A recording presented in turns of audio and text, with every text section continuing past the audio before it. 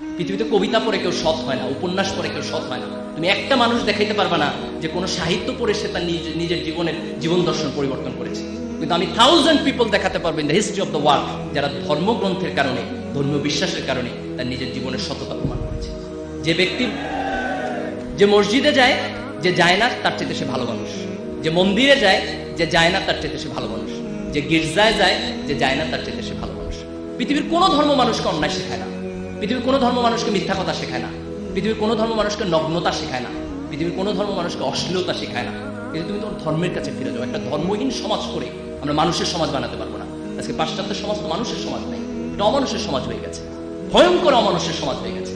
এই ধর্মহীন পাশ্চাত্যের সমাজ যেন আমাদের টার্গেট না। তোমাকে একটা জিনিস মনে রাখতে হবে, তুমি পরিশ্রম করবা, তুমি তার ফলাফল পাবা।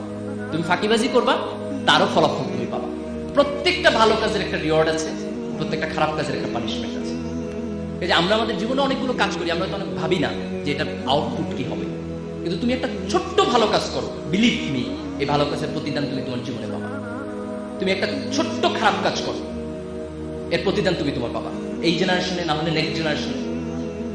তুমি তোমার ভালো কাজের রিওয়ার্ড যেমন পাবা, তোমার খারাপ কাজের পানিশমেন্ট পাবা। এটা হয় থার্ড জেনারেশনে, না হয় সেকেন্ড জেনারেশনে, না হয় থার্ড জেনারেশনে। এটা যে সবসময় মরণের পরে হবে দ্যাট ইজ নট ইম্পর্টেন্ট। মরণের পর তো হবেই, সেটা পৃথিবীতেও হবে। কিন্তু এই মানুষের জীবন যখন এই ধর্মবোধের জায়গা থেকে, অ্যাকাউন্টেবিলিটির জায়গা থেকে সরে যায়, তখন মানুষের মধ্যে কোনো নৈতিকতা থাকবে না, মানুষের মধ্যে কোনো বোধ থাকবে না, মানুষ বেপরোয়া হয়ে উঠবে। এবং সেই বেপরোয়া মানুষ শিক্ষিত হলেও কিছু যায় আসে না, সে বেপরোয়া মানুষ এ প্লাস পাইলেও কিছু যায় আসে না। কারণ আমাদের সোসাইটি আমরা দেখেছি যে আমাদের অনেক শিক্ষিত মানুষ আজকে করাপশন করছে, অনেক শিক্ষিত মানুষ আজকে দেশের সম্পদকে বিক্রি করে দিয়েছে দেশের বাইরে।